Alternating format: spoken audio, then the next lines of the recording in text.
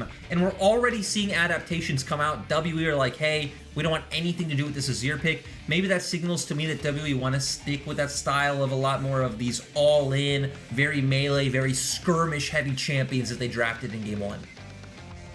Yep, well, the teams are into picks and bans, and they've done a bit of a Raz, aka they've flipped over to the other sides. We'll have Team WE onto the blue with RA onto the red. We can see here RA respecting the Kai'Sa, knowing that it's something that Jiumeng is good at. Pretty much, if you want to be a top tier AD carry, you got to be good at this pick. They are not going to allow it to be first pick, with Fofo getting some respect on his Azir. Now, the thing that jumps out right now, right, is the Olaf is still left open. Wondering if RA are going to ban that. It is between the Olaf, the Pantheon, and the Udyr. We haven't seen a lot of teams first picking the Udyr, but it is jumping out in some teams' minds. Like you pointed out before the first game, I don't necessarily think it fits Beishang's playstyle all that well, despite the fact that he has played it one game. But here, my expectation would be that first pick Olaf. Well, we'll see what they want to go for. Plenty of jungle picks. The only one taken away was the Nidalee. Hell of a lot of focus onto that AD carry role, though. So 3 of the probably top S tier or definitely A+ tier carries taken away with the Aphelios, the Kai'Sa, and the Samira. And we'll see what Team W want to go for. Might look towards that Olaf lock-in. Like you said, they do lock it in, and that means that you have a potential AD carry lock-in here. You cannot pit Viego here, and we know you can't, so don't even try and hover a cube. That is not cool. You're gonna get chat excited. It's not okay. Now I wonder what RA will go with, because the only blindable when you think of AD carries are things along the lines of like the Jhin, the Misfortune. I guess the Senna is now one we can think of is extremely strong on this patch, in my opinion. But none of these are things that Iboy has really shown us yet. Iboy's actually only played 3 AD carries this split. He's played Kai'Sa, he's played Xayah, and he's played Aphelios. So if you got one of those being open, is the Xayah. Not too big of a fan of blind pick Xayah. I think it is too vulnerable in the laning phase. But instead they are going to go with a very safe blind pick mid laner in the Orianna. Yep, lock in the Orianna, then Leyan taking the Pantheon. And actually something I wanted to notice as well, we see that Leyan will only really pick the Udyr if the Olaf is either banned or 100% the enemy jungler is locked in. We've seen that a couple of times now in his last series and this one as well. So I'm very, very happy to see him know the limitations of the champion, and it feels like Udyr just doesn't really do exceptionally well into the Olaf, so much so that Leyan's saying, look, as much as I'm able to be around the map 24/7, I just shouldn't pick into it. So goes with the Pantheon, still has a very, very good early clear, but is more of a, as you said, lane-focused ganker and global pressure with the ultimate. And I like what W have put together so far on their side. You know, they have the favorable jungle matchup. Again, Pantheon and Olaf aren't really trying to do the same thing, so it's hard to have a one-to-one comparison. You have this mid lane matchup where it's a bit 50-50, but Syndra will have the pressure early on. I also like it as a takeaway in a sense. Like, we already know that RA picked their mid laner, but I really hate when burst champions are against Olaf, and I like pairing Olaf with burst champions, so very strong mid-jungle 2v2. And then you're taking away the only other AD carry that Iboy has played. So for RA, I'm not quite sure where they go with their comp. The things I like into Olaf are either champions that have a lot of low CD pick potential or high burst. Things that work well against the Olaf, and you've already taken the Orianna, you've already taken the Leona. I'm not quite sure what you can put in the top lane that will fulfill those roles, because there aren't really any AD carries that do. And with the support being locked in rather than AD carries, honestly, Team W could double down here if they really, really wanted to. They could just ban out anybody and anything that they feel like they could take away. The Jhin, they could take away. Hell, the Caitlyn, they could just take away anything that they feel and really limit Iboy's champion pool and just 100% go for it. They're not going to go that route. They're instead going to ban away the Ornn. Pretty stock standard one if you want to try and stop that front-to-back team fight. Yeah, and for the side of WE specifically, I feel like in terms of supports, they should be fine, assuming RA doesn't ban out the Galio. We also know Galio is a good answer into the Leona. We've seen it many times. It has fallen off, I'd say, a bit in terms of priority lately, but still has the push, still does quite well against a champion that does want to all-in, and then you at least have a global to match the Pantheon global, and also combos quite well with that Olaf, giving him that safety if he does just want to run headfirst into the likes of RA. For RA, I would tend to expect something maybe like a Jhin or Misfortune. I actually don't like either of them into Syndra or Olaf that much.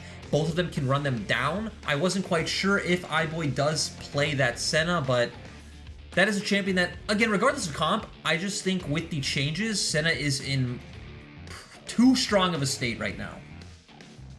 Yeah, honestly, the 50% increase on her attack speed ratio from 0.2 to 0.3, the extra procs of Kraken Slayer onto her Q, and also the extra gold she gets now from her souls is actually just put her such. Honestly, in my opinion, from my solo queue experiences anyway, or from what I've seen in pro play, she feels very close to S tier. It feels like you can pick her into a lot of different compositions and she will work just purely from her extended range as well. Very, very strong. Yet to see what he will lock in, as we do see the Renekton locked in, and the Gragas for Team WE. It looks like Missing might look towards this Nautilus. Didn't have an exceptional game one on it, and actually might just swap to something completely different. We don't talk about hovers, so we have to wait till he locks it in. I want to talk about hovers Penguin because guess what? I really did like Missing set in 2020. It was one of his best champions. Does look pretty good against what RA are picking of like these very bruiser heavy, low range, want to come into them. You're setting up for a very nice showstopper coming out from Missing, which is going to give that range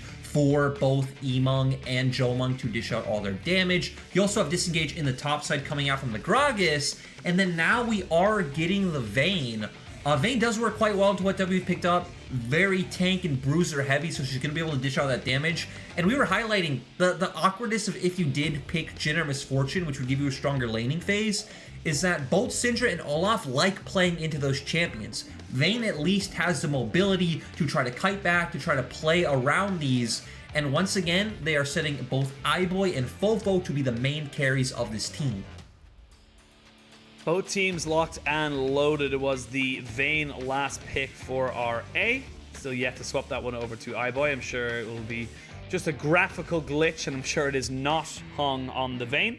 As we wait to go into into the Rift. But looking at the two compositions down the board, it feels like with Beishang and this Olaf, he should, quote unquote, have a lot more agency to do things in the early game and should be able to make some plays happen for him. I want to see him make that happen. I want to see him do things with this pick, because an Olaf that just farms isn't really anything to, write home about. True. I do expect to see him at least, farm for that first clear, but I don't think farming is too much of a problem as long as he's at least taking those neutral objectives, right? When you think of Olaf, it's about stacking those early Drakes.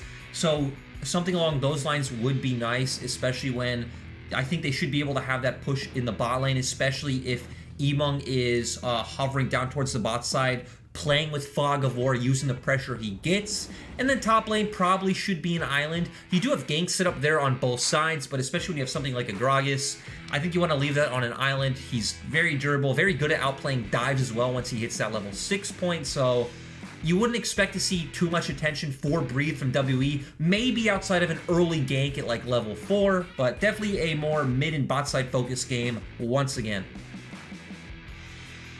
Yep, I think it's going to be a very similar tale coming into game number 2, but for TWE, we want to see them be more proactive. Don't be reactive. Don't be waiting on things to happen for you. You want to be trying to come back in and make your own. You make your own miracles, is how I used to say it. You make them happen for yourself, and that's how you need to make this game work for you, and especially in the current meta, which is all about being proactive. If you're reactive, you're just going to fall behind unless you're some kind of god team. And ladies and gentlemen, we do apologize for the delay. There was a slight issue at the end towards pick and bans. They're going to try and reset it, get us into game as quick as possible. Should be, unless I get any other different update from production, should be the exact same picks and bans, and we should be onto the Rift very, very shortly. Again, I do apologize for the delay. But that does give us some time, Jordan. And, I keep calling you Jordan. You're lyric, and that's how I should be addressing you. But I want to know where you now rate RA after having seen them look not so great and now looking a little bit better. Where do you see them slotting in to the LPL as a whole? I still think I'd put them somewhere around the 7th to like 9th position, right? I think the talent's there. This was a roster. I can't remember what I power ranked them before the split, but I remember I think it was pretty highly, somewhere between maybe like 6th and 7th position. I think Fofo is great. I think Fofo had exceptional performances in 2020, really being the sole shining light on BLG, especially with the fact that Meteor was, being subbed in and out. Iboy is a player that a lot of long-term LPL fans will always support, no matter, kind of how good or bad his performances are. We see the highs he can have when the resources are put around him. Leyan to me is the most surprising one, where I honestly thought Ikes would be the better player. Ikes has also been confirmed to be the shot caller of the team when he is playing, but Leyan has been a lot more, I'd say, dynamic of how he's playing the game. Instead of when you think of back when he was on IG, right, he was just farming his own jungle, taking objectives pretty much off spawn, and just very much playing his own game of League of Legends. Leyan is integrated in this team. Hung, now having standout performances, I feel like your only question mark is Cube, but to be honest, you're not going to have five superstars on every team, or 5 even just normal stars, so I think having a weak side player, somebody who can just kind of take what he's given, play these skirmishes fine on Renekton, is completely fine for RA. Now the question is, can they keep this up? Because against Rogue Warriors, dominant. In Game 1, looking good. Can they bring this momentum forward? And for Team WE, it's a bit of a slump. It's a little bit of a slump. This is a team that was riding high, taking the wins, arguably against not the most illustrious of teams or opponents they were taking those wins against. And then they got smacked out by RNG, which is, you know, it happens. And like you said, the mistakes they made were very easily fixed, very easily amendable. But we didn't really see any actions taken for them to fix those problems in that last game. And for Team WE, as we are finally jumping onto the Rift, I want to see them do more. And I feel like this is a team that can be a top 4 team in the LPL if they just tighten up those screws just a little bit. I mean, heck, they still are, at least in terms of standings, top 4 right now. So I agree. And even when we look at drafts, this game feels very winnable to me. I want to keep focus on the bot lane early because, of course, we do have a set in the game. Always level 1 or level 2, we see sets look for these flash E plays onto the enemy bot lane and try to blow a flash early. Iboy, though, is taking the cleanse. Both AD carries actually taking the cleanse, so a lot of respect as, ooh, missing. Just going to get chunked out. Yeah, very defensive start. Now Jiumeng getting chunked out himself. Will just be chased down. Those tumbles make it very, very easy for Iboy to continue down this road. And Missing hasn't got the health bar here. He gets ignited and facebreakered back in. Iboy's not, he's fearless. He does not care right now. And they do gain themselves an ignite, lose nothing. It is a very, very short cooldown, so shouldn't mean too much in the grand scheme of things. But ooh, a bit dicey there for Team WE. We were just talking about our question marks being on Team WE's bottom lane, and once again, early mistakes come out. You're losing a lot of kill pressure by blowing that ignite. We were just setting up, hey, the level 1 or level 2 flash coming out from Missing in the laning phase, looking to put that pressure down. That same pressure isn't exactly there. Even if he does go for that play, I actually feel like Iboy and Hung can kind of just shrug it off, look to auto him down. You're both going to trade HP on each side. And even when we look at in terms of where junglers are playing, we do see Beishang playing towards that bottom lane like we expected because he has the Gragas. But still, I feel like RA's bottom lane are in a fine position with all summoners being up. We'll have to see if any shenanigans do happen in the level 1, level 2 mark. It is generally level 2 once they're able to get the Haymaker onto this set. It becomes very, very, very difficult to try and just survive, as you said, in that kind of early exchange, especially when he has the flash, and he, of course, will have his Hex Flash as well. But looks like it's going to be a pretty even state now into this mid lane, or this bot lane. It's both sides just trying to see if they can get a little bit of an advantage. And of course, we do expect WE's bot lane to have push at level 1. The AoE from Zaya's Q allows them to get that level 2 first and allows them to push this into tower. Hung should be able to hold it so it doesn't go directly into tower, so it's fine. And now the question for me is, what's Leyan gonna end up doing with his kind of first pathing? Where is he going to gank? It looks like Cube is trying to force us into tower. If he does do that, maybe you can get a gank off top on the bounce back. But I would actually probably prefer trying to see a gank set up in mid. Sure, Fofo doesn't have the most burst damage early on, but even if you can blow Yimeng's flash, if you do have an idea of where Beishang is, if he does show towards the bottom side, that could be a viable option. Well, the Ignite was traded back as Hong went on to Missing, and Missing with the pots able to sustain himself back up. So it's an even Steven state right now in the bot side as Leyan into this mid lane. The flash, great scat of the week. Oh, that was frame perfect. I'm sad, Penguin. I said I wanted to see the mid gank from Leyan. We see it, but I wanted to see Syndra's flash blown. But But like you said, that was just Yimeng playing incredibly well with that Scatter the Weak. It's going to be a trade of scuttles on both sides. Yimeng having no mana has to back, and now he's going to TP back to lane. And now we're going to see WE's bot and mid be able to hold up this pressure. Beishang's going back. He's probably going to look to kind of cycle through his camps once again as we see him heading up towards that top side. That was very impressive, and to have the discipline from Yimeng to just hold his flash, didn't need to use it, knew that as long as he got that Scatter the Weak off, he was totally fine. Beautiful. Chef's kiss. Mwah. Absolutely gorgeous. But now you've blown that flash. You've only lost the flash on the side of Leyan. It's now becoming a lot more difficult for him to try and find those opportunistic kills, to find those early ganks versus someone like the Olaf for Beishang, who's just been power farming. You can see already getting a camp lead, has all of, his camps respawning now in the next few seconds. He should be able to keep going and might be able to snowball that into a bit of a level lead. Yeah, it's going to be rough because realistically, right now we just see Breed doing a good job of keeping the wave right in front of his turret. It did actually finally get pushed in, so not being able to gank that Gragas in the top side. You can look for a gank down bot, but we do see that all summoners are up for Jiumeng and missing, so I think it will be quite hard to take them down. The only other thing that comes to mind is looking for a repeat play on mid and trying to roam Hung over with the now priority that Iboy and Hung have in the bot lane. Yeah, they have the priority, but they did not have it a few seconds ago. And you can see Leyan, perfect vision here for the side of Team WE. They do spot Beishang themselves, so they know that both junglers are roughly around the Dragon Pit. The flash and cleanse from Iboy has to be extended, but it's an aggressive flash from Jiumeng. The Haymaker is there, the Ignite is ticking. Iboy just about staying alive. They're trying to keep him in the alcove for as long as possible. First blood is going to be given over to the side of Jiumeng, but this fight has gone on way too long, and Hong picks up a reply kill. Now with the junglers jumping in, missing is here. No Haymaker available to you, missing, as he will just be dropped. There are no flashes on either of these players, and here is the Syndra. They're trying to see if they can get any more purchase onto this bot side. They will be able to get a kill onto Syndra, and that equals up the kills 2 for 2. Yeah, nice place overall. Iboy getting caught out early by both Missing and Jiumeng. Hung doing a surprising job at being able to solo Jiumeng himself afterwards.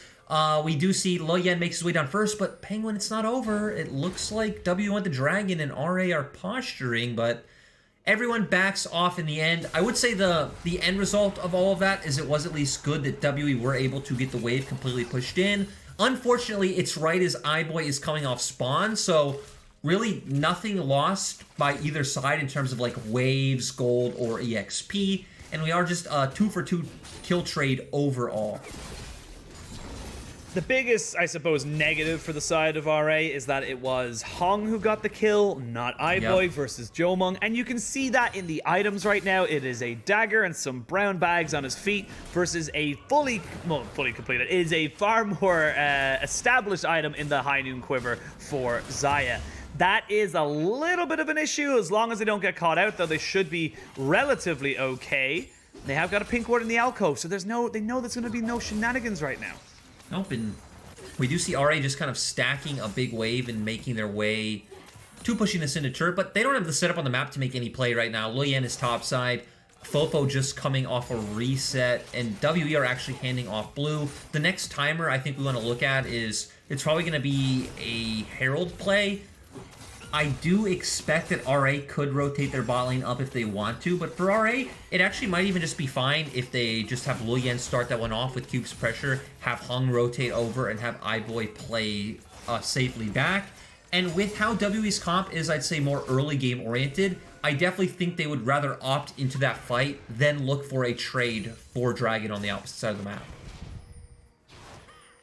See what either side wants to go for. Dragon, of course, still available. We will see the Rift Herald spawning in 15 seconds, so the option for a trade is definitely there. The Grand Skyfall is now here for the side of RA. Hong just threatening, see if he can get any jitters into this bot side, but WE's bot lane standing strong, standing firm, knowing that they're not going to be in too much danger. But Leyan can just appear out of nowhere We'll see which way they want to push it. Now, looking at the map state, looking at the CSs, is kind of even Stevens, honestly, across the board. The only discernible difference or advantage you can see is going towards the side of Team W, and that is on that Olaf, who has just been farming up an absolute storm, and looks like they are going to try and just start up this Rift Herald, and with Leyan resetting, it might actually just be a straight-up, advantage for the side of Team WE. And I'm surprised that we're not actually seeing RA be the ones to go for this, right? We saw that Renekton was one with push in top side. Leyan did path down low towards the bottom side. Looked like he was trying to cover any potential ganks because Iboy and Hung were pushing in. And this will just be a free objective for the side of WE, and RA aren't even trying to answer with a bot side play. Yeah, they had vision on it as well. The ward did go down into that pit, so they knew that something was happening. They knew that they were trading away the Rift Herald, but that just gives a free objective over the side of Team WE. The Rift Herald is an interesting objective, though. I always say it's how you use it, not that you got it. That's important. And we'll see what way they want to work for it now. Leyan will pick up a scuttle. Reset comes in for Beishang. Gets himself a stage on top of his Iron Spiked Whip. He's feeling good. He's going to be starting to path towards this dragon, you imagine, and they could honestly pick up 2 free objectives. True, and like we said, Breathe is fine in that top lane. He has Flash, he has the Body Slam, he has the Cask. He can survive whatever RA throw at them. And one interesting topic about the Herald, especially in LPL, is I'd say like 80% of the time it seems like we just drop Herald mid. Like the LPL philosophy of the Rift Heralds is using, 2 Heralds to break down mid lane turret rather than, hey, we have 2 plates down bot. Let's go 100% of the time, take this turret, which is a for sure pressure point on the map. It seems LPL teams value a lot more of breaking down mid and having the agency to turn into whichever quadrant they can, rather than that, again, pressure point that they could have by breaking down a side lane turret. It's not always true, but it does happen a lot of the time here in the LPL, especially compared to the other major regions. Definitely feels to be a default setting. As we now look, TP into mid lane from Yimeng. No real vision here at all, but Pantheon is hovering. Leyan feels it in his bones that something or someone is lurking in the shadows. As the dragon has been started, and with TWE getting priority in the spot side and the mid laner of RA backing away, this is again another free objective to the side of TWE. And we're, again, just seeing the team that has, the more priority lanes and the Olaf be able to, I guess last time it was an Udyr, but, the more farming, fast, clear jungler, just be able to find the edges in this early game. Sure, they're not up in gold, but they're taking all the neutrals. They will be up at gold at some point if you factor in that they do have that Rift Herald, so we'll be at least be able to break down some plates. And Leyan this time is having the slower early game. Again, we could highlight what we did last time around where you could bring Pantheon mid. You could also have Cube hover over as well. At least try to get a flash, which will then give Fofo more room to play around the bot side. You can then start taking some of WE's river vision. Because right now, WE have full knowledge of whatever RA do. There's no fog of war they're playing around, no nothing. They know exactly what is going on. And I'm not quite sure if Yimeng's ward actually spotted out Leyan walking river. I think it did. It does look like it's placed close enough to the right side where it would, but he's not playing like it did. I don't think he did, and now he's in a little bit of trouble. Scout of the Week not picture perfect this time. Shockwave onto 2, and that's going to be Leyan picking up that kill into mid lane, but Leyan will sacrifice his life in favor of getting that kill. He tried to make it happen. He did, but he trades it 1 for 1. Yeah, and, he didn't see Leyan go down, Leyan coming to the mid lane. I did think that ward was probably close enough to the right side where he would. I'm going to pause, though, as Hung looks like he's caught out. Has to use the solar flare, trying to see if he can get himself out with the aftershock, and of course the threat of the blast cone. He does keep himself safe. That is the ultimate down for him. He will not be able to make any big plays in the bot side should any happen, but overall, it's still a very, very close game. 300 gold in it, not even in favor of Team WE, and those quick kills in mid lane will help out, Leyan and Fofo longer into this game. And we've just seen that WE's vision control in river has helped them out so much, right? They have pinks completely down the bottom side, that pink and top side. They've known exactly what RA were going to do for the past few minutes. That's how we saw that counter gank come out in mid to where they did get the 1 for 1. And now being able to drop this Herald in mid lane, they're going to get gold onto both Yimeng and Beishang. And again, it's that default setting in LPL that we talked about. They have some plates down in the bot lane. They could look to take that bottom lane turret, but it's typically about breaking open mid for the, options it gives you. Yeah, it gives you so many opportunities to aggressively ward, get behind enemy lines, and just opens up the enemy jungle. I think the reason why people put so much emphasis onto the mid lane turret is that it does give you so much, priority around the enemy side of the jungle. It gets you up, aggressively move up the ramps. It makes you put in deep vision, maybe look for a TP flank. So it has got a lot of power within itself, but it is something that I feel like some teams over prioritize and maybe tunnel vision a little bit too hard on. The thing I like about it most is the fact that, because, right, we come to a lot of situations where before a Dragon or before Baron, the teams are 4v4, 5v5 contesting mid-wave, that it makes it very dangerous for the team who lost that mid-outer turret to walk up and contest. They have to be a bit conscious of the potential flanks that can come off. Got to be very, very aware of your opponent's strengths. Knowledge is power, and that's why vision and wards are generally seen as some of the most OP things in pro play. This Cube jumps in on top of Breathe. Takes a decent trade there with his Gore Drinker, so he's feeling pretty fine to be able to take all these trades at all times. As we see now, Frostfire onto Breathe as well. So this is becoming a bit of a trend here. I don't believe anything drastic has changed with the item to warrant this level of play on so many different champions. So we've seen a change with both Frostfire and the Turbo Chem Tank, where their price was lowered to 2800, but they both lost. Like Frostfire lost the extra armor and Turbo Chem Tank lost the extra magic resist, to where they're both now just sitting at 25 for both. But that was the only change. There was no actual change to how the items themselves functioned. Oh, while you were explaining to us what the changes were, we did see the Grand Skyfall used to no real benefit there. No flash burn, no nothing on top of Breathe, as he's able to keep himself very, very safe in that top side with the Bramble Vest and the Frostfire. Now Leyan using this top side pressure to maybe try and pick up his first objective of the game, trying to start off this Herald. And while that's happening, no jungle pressure in the bot side. You can see WE using this to their fullest advantage, and they will crack open this turret. I definitely favor WE for this trade, right? We finally see RA getting a neutral objective, but we even talked about the last Herald that RA should have been able to take, but just didn't. Now we're going to see WE win out more on the bot side. They got turret, they're pushing in the waves. Dragons coming up in 4 seconds, they should be able to take that. And there's no Grand Skyfall onto Leyan. But WE not just... Okay, they are instantly starting off this one, so RA shouldn't be able to contest in time.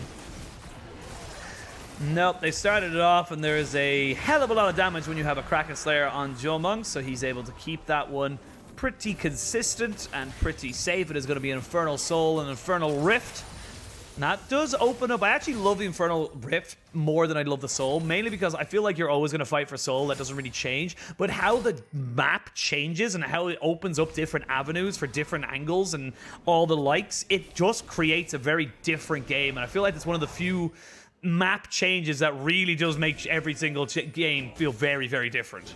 Especially for the way team fights happen, right? Because there's some team compositions that like to fight in the jungle with how kind of closed off it is, the amount of AoE a team comp can provide and really abuse that. But especially on Infernal Rift, where you do have those buffs open up, it works a lot more for those team compositions that prefer the more open areas, typically want to fight through lanes. And like you said, it really does change the dimension of how the game is played on the Rift. Or at least it could, depending on the team composition. Changes how you feel about it, changes how you approach fights, changes a lot about how this game can be played. And the Rift, I feel like the less walls you have, the more avenues to get in, it just makes it far more fun, in my opinion. But let's have a look at the game state right now. Still dead even in the gold. 3-3 in kills. The only real discernible advantage for the side is Team WE. With those 2 Drakes, they are stacking them in their favor. First item starting to be picked up pretty much across the board. You can see the Gore Drinkers now for both the Renekton and the Pantheon. Hong, though, has flash to potentially get out of this. Should just be tanking up a little bit and then walking away.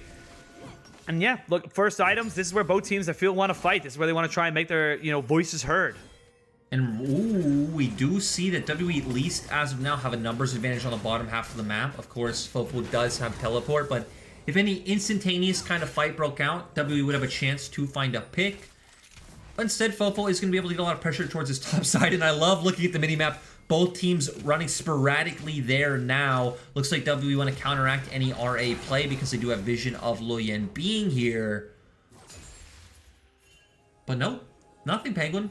Nothing gonna happen. Nothing gonna happen. I feel like that was RA calling WE's bluff of saying, we know that you're being super aggressive on the bot side because you probably have a numbers advantage. So Fofo, keep top. We'll just stay safe and you get as much damage as you possibly can.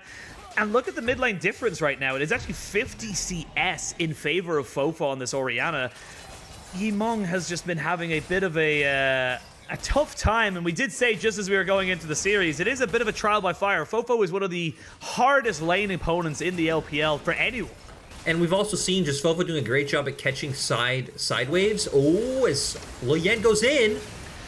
Oh, he goes in, but he gets caught. Flash into the showstopper to stop absolutely everything there from Rare Adam. They lose themselves a kill. There is no objective to be capitalized on apart from that mid lane turret. And now Rare Adam, their mid lane is exposed, and then we can see straight away, we talked about this earlier, why it's so important. It just opens up the jungle. And the thing is, at least what's been the theme of these first two games, the team that wins bot is most likely going to win the game. This game's not over.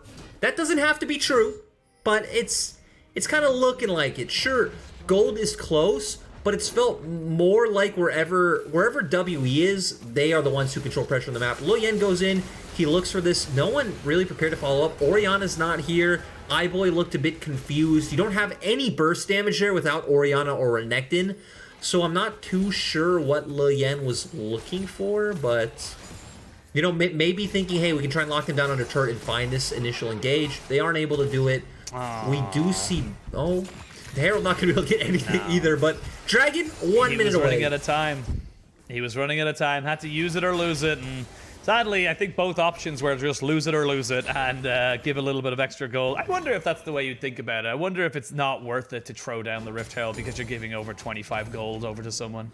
I know it's semantics and it's incredibly small pieces of gold, but you know, the little things that keep me up at night. I feel like Beishang. He does get it. He got the steal. Yeah. Oh, but Breathe is here as well. Actually, everyone's here, Penguin. Everyone. Fight, yeah. Everyone is here. This is going to be a big old party now around this Dragon Pit. 20 seconds until that Infernal Drake does spawn. That would be third Drake for Team WE. You can see Rare Adam, they do not want this game to go to Soul Point in the next 5 minutes. They want to have it try and delay as long as possible because you have an item lead on the AD carry for the side of Team WE, and you do not want to let them get away with that. So, RA, do you go for it? Iboy did walk over rewards. They know full well that he is just sitting in that bush. Dragon has spawned. Missing is here. There's the solar flare, misses and absolutely hits nobody. There's the showstopper. Breathe gets knocked back. The explosive cast keeps Fofo. 3-man scatter of the week is a very, very good deterrent, but there's the shockwave that lands down on the Beishang, and Missing is dead. Cube in the dominance keeps himself alive. Hong down to about just below a third of his HP. Jiumeng is still very healthy, lots of mana, and they back themselves away. Despite losing a player, it is Team WE that own this pit. Honestly, I feel like the execution would have been better had WE been more patient, but Leyan's going in. Leyan is going in. They do find Beishang, and now Leyan trying to keep himself alive with the W. They get one more spear of power down, but that doesn't matter. The Dragon was already down below half HP. Yes, you end up trading it 1 for 1, but it is still going to be the Dragon for RA, and that is the objective they came for. I agree with what you were saying, but when the fight was kind of being postured before it started, that WE had the position. They had the knowledge. They had the wards down. They knew where Iboy was. They had the flanks off. RA had to worry about 2 different angles. And then I feel like Missing just pulled the trigger a bit haphazardly because we actually saw we saw the benefits of the positioning, right? Amazing scout of the week from Yimeng on the 3 members, but they weren't really in a position where they could take advantage of what they had set up because of how fast Missing pulled the trigger. We're going to get a replay of the second half of the fight. WE went for this. They obviously are at a numbers disadvantage, though.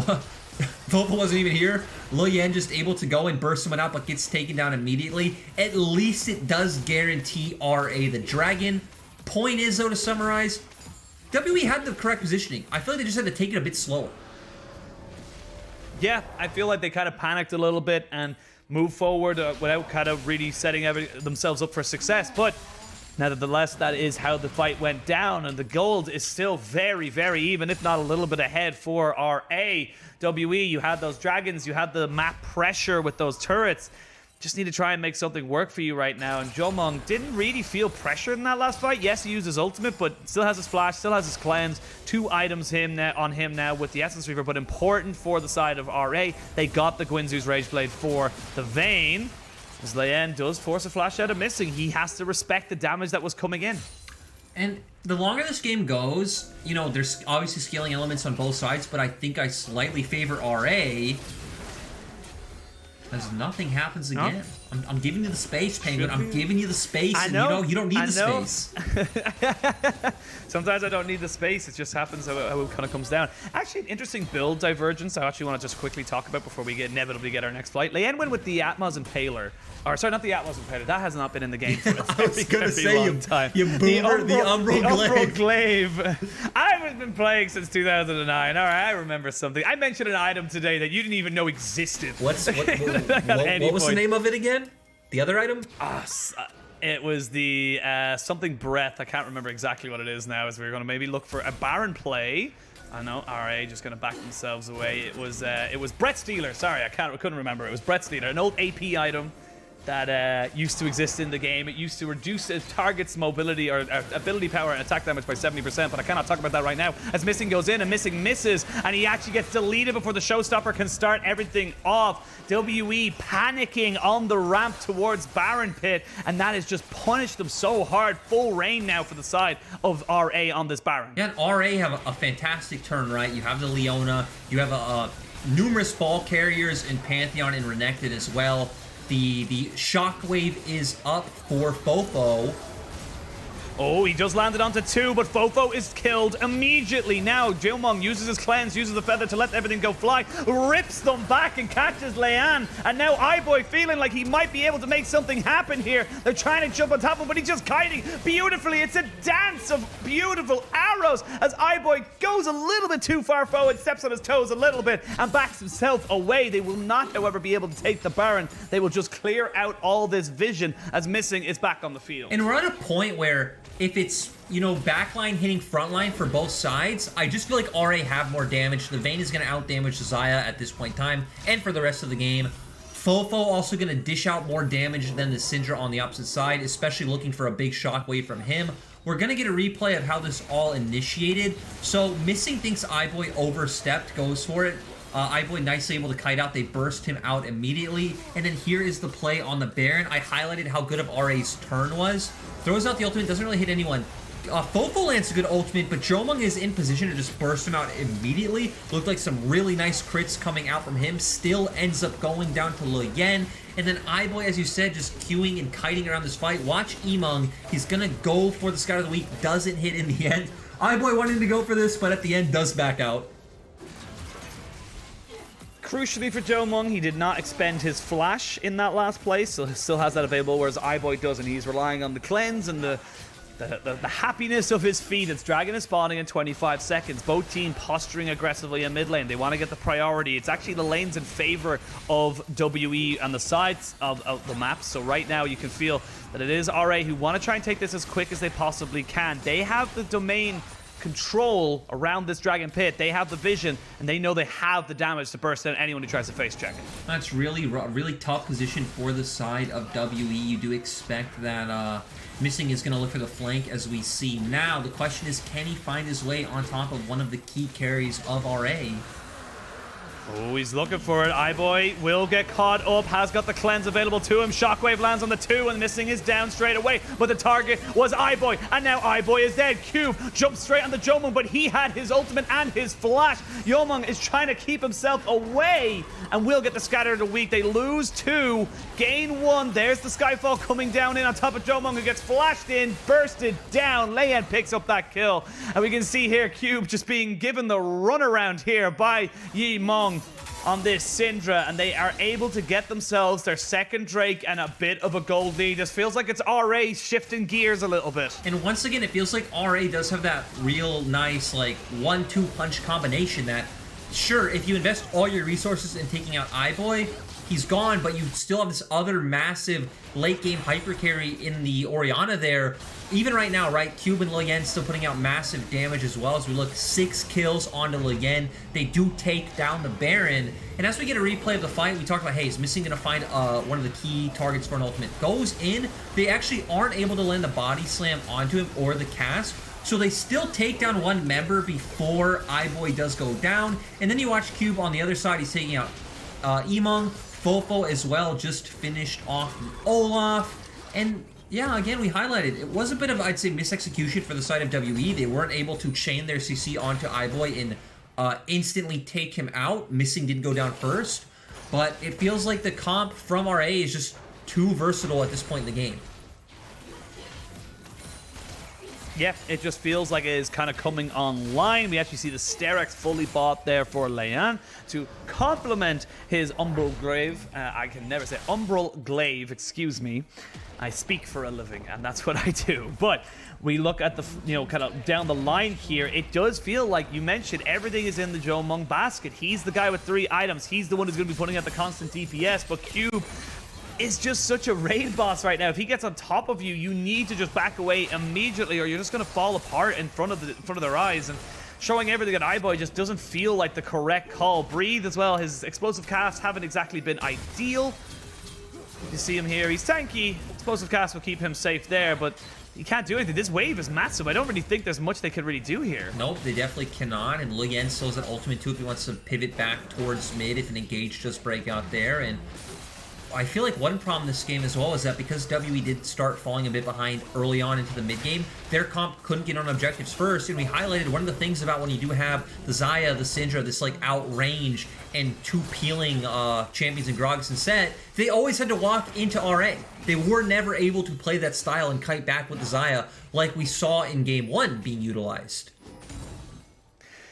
It becomes very difficult to land on top of Iboy right now with the Phantom Dancer, with the ultimate and his flash and cleanse soon to be available to him as well. It just becomes a losing battle to try and catch him out. It will take a mistake or a misposition from Iboy to try and catch him out and burst him out. You throw everything like you did last time, you're just going to lose. And even more woes for the side of TW is Cube just finished his GA, so even when the raid boss is down, he gets knocked down, he gets back up again. Yes, he does. And another great thing to index into, right, as you highlighted it earlier, was Fofo CS lead, and a lot of it is because of what we saw there. Fofo has been consistently hovering towards those side lanes and picking up farm to where WE have stayed stacked as that 5-man unit. We can't overstate that Yimeng is a new player. He's only played in the LDL. He's fresh as day in the LPL. He is just filling in for Shanks, who, has a bit of an emergency and is going to be out for 2 series, so there have to be lower expectations for him. There do have to be caveats. It is still disappointing. WE is, I'd say, struggling in this fashion with RA up 5k gold. 5k gold, 2 Infernal Drakes as well, so the burst damage available to someone like Cube or even Fofo on the Shockwave is just immense. Dragon up in 45 seconds. Baron has expired. And Missing, now level 11, will have a little bit of a better time with his cooldowns. Has got the Dead Man's Plate to complement himself. And Cube just being a nuisance, pushing himself in, getting himself into positions where he knows he's going to force out cooldowns of sweepers, pink wards, regular wards, anything he likes, he can now get and waste on the side of Team WE. And you just see how hard it is for Team WE to try and walk into this. RA, they're so good at kiting back, but Team WE, they can't even get close to the targets they want to get close to. The thing I also like about builds is we see that Iboy brought the Hex Drinker because the only long-range burst that WE has is Syndra. And Iboy is confident with his Q, he can outplay any of the other forms of engage and burst coming out from the side of WE. He's only worried about that Scout of the Week into Ultimate coming out from Yimeng. All right, definitive call here from Team WE. They said, you're going to get the dragon. We're not here in time, so we're going to try and take a fight in this side of the jungle. But you can see with Iboy, he's feeling himself. He gets the first kill. 2-man shockwave onto the 2 most important carries. And Team WE are torn to shreds. There is nothing that they can do to stop RA from smashing them back in this game. TP coming out onto the bot lane as Missing is being chased down. It's supportal combat, and no one will intervene as Hung gets the ace. 3 Drakes, a massive gold lead, and a minion wave in bot side, RA are going for the win. Yeah, Penguin, great performance coming out from them. They should at the very least be able to take down these inhibitors. Death timers aren't too long. I'm honestly not positive they can do it. But regardless, this is definitely an RA win in the long run. 7k gold, beautiful shockwave from Fofo. It's been amazing to watch.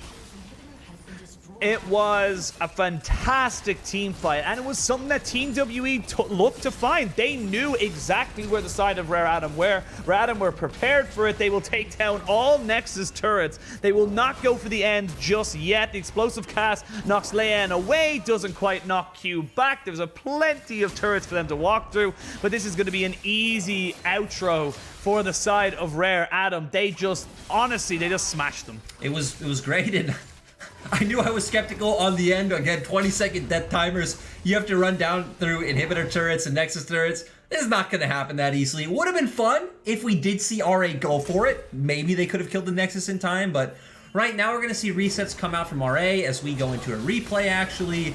And we see them jump onto Breathe immediately from the likes of Leyan and the Leona as well. Great shockwave coming out from Fofo as well to chunk both of them down.